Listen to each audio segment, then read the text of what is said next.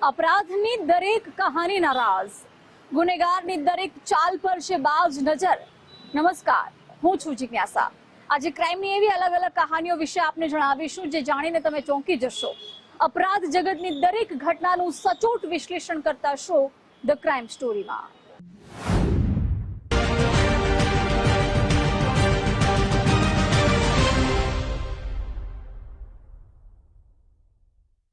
આપણે તો વિદેશ જઈશું અને રૂપિયામાં નહીં ડોલરમાં કમાણી કરશું, આવું આજના યુવાનો સપના જુએ છે અને લાખો રૂપિયાનું આંધણ કર્યા પછી પણ વિદેશ નથી જઈ શકતા। યુવાઓના આ સપનાઓનો સોદો કરે છે કેટલાક લેભાગુ એજન્ટો।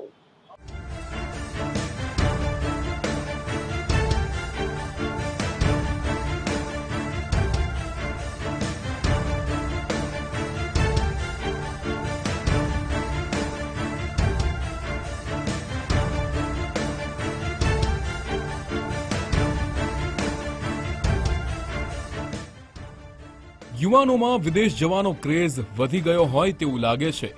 વિદેશ જઈશું અને ડોલર કે પાઉન્ડમાં કમાણી કરીશું, આવા સપના જોવા સારી વાત છે, પરંતુ વિદેશ જવા ઈચ્છુક યુવાનોના સપના પર પાણી ફેરવી રહ્યા છે કેટલાક લેભાગુ એજન્ટો અને ઇમિગ્રેશન ઓફિસ ચલાવતા સંચાલકો, જે યુવાનોને વિદેશ મોકલવાના સપના બતાવે છે અને તેના નામે રૂપિયા પડાવી છેતરપિંડી કરે છે।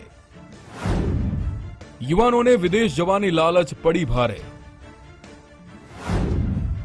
જૂનાગઢના 8 યુવાનો સાથે 31 લાખની ઠગાઈ। છેતરપિંડી કરનાર સંચાલક સહિત 2 સકંજામાં। નીચું માથું રાખી ઉભા રહેલા બંને ચહેરાને જરા ધ્યાનથી જોઈ લો। જૂનાગઢના મધુરમ વિસ્તારના એપલવુડ કોમ્પ્લેક્સમાં UV tour and career placement નામની ઓફિસ આવેલી છે। આ ઓફિસ નિહાર જાની, મનોજ રાવલ અને કેશુ કેશવાલા ચલાવે છે। તેમણે જૂનાગઢમાં રહેતા 8 યુવકોને યુરોપના આલ્બેનિયા મોકલવાના સપના બતાવ્યા હતા।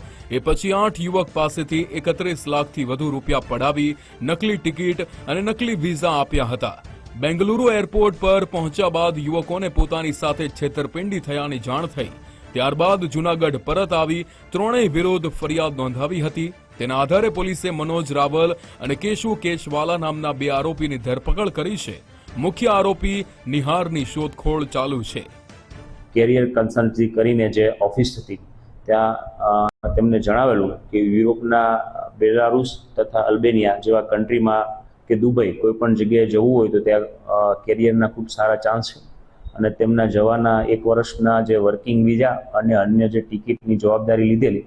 ત્યારબાદ તેમને ગૂગલ પે, અન્ય જે પેમેન્ટના જે વોલેટ છે તેમના મારફતે અને આંગડિયા મારફતે છે એ રૂપિયાઓ ટ્રાન્સફર અલગ અલગ સમયે કરાવેલા।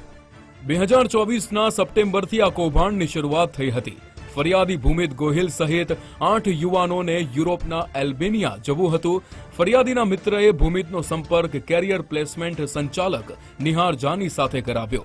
નિહાર અને તેના મળતિયાઓએ ભૂમિત સહિત 8 યુવાનોને આલ્બેનિયા મોકલવાનો વાયદો કર્યો। પહેલા 50-50 હજાર રૂપિયા એડવાન્સ લીધા, બાદમાં 5 લાખ રૂપિયા લીધા હતા। એક યુવક પાસેથી 5.50 લાખ રૂપિયા પડાવવામાં આવ્યા હતા। યુવકોનો વિશ્વાસ જીતવા માટે જોબનો નકલી ઓફર લેટર આપ્યો હતો। ત્યારબાદ આરોપીઓએ આલ્બેનિયાના નકલી વિઝા અને ટિકિટ આપી। યુવકોને મુંબઈ મોકલ્યા। ત્યાં 15 દિવસ રોક્યા પછી બેંગલુરુ થઈ મલેશિયા, કતાર, તર્કી મારફતે આલ્બેનિયા પહોંચાશે તેવું સમજાવ્યું। આરોપીઓના કહેવા મુજબ મુંબઈથી 8 યુવક બેંગલુરુ એરપોર્ટ પર પહોંચ્યા। ત્યાં જઈને આરોપીઓએ આપેલા વિઝા અને ટિકિટ જોઈ તો નકલી નિકળ્યા।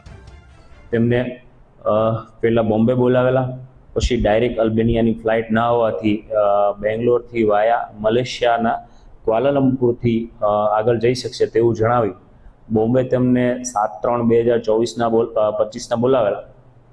ત્યારબાદ છે એ આગળની ફ્લાઇટ છે એ તેમને બેંગ્લોરથી જવું પડશે, જેથી આ લોકો બેંગ્લોર જ્યારે એરપોર્ટ પહોંચ્યા અને ત્યાં ઇમિગ્રેશન વિભાગમાં ટિકિટ ચેક કરાવતા આ સમગ્ર છે એ ઘટના સામે આવી કે એમને જે આ નિહાર જાની એન્ડ કંપનીએ જે ટિકિટ આપેલી છે તે ખરેખર એરપોર્ટની ટિકિટ જ ખોટી છે।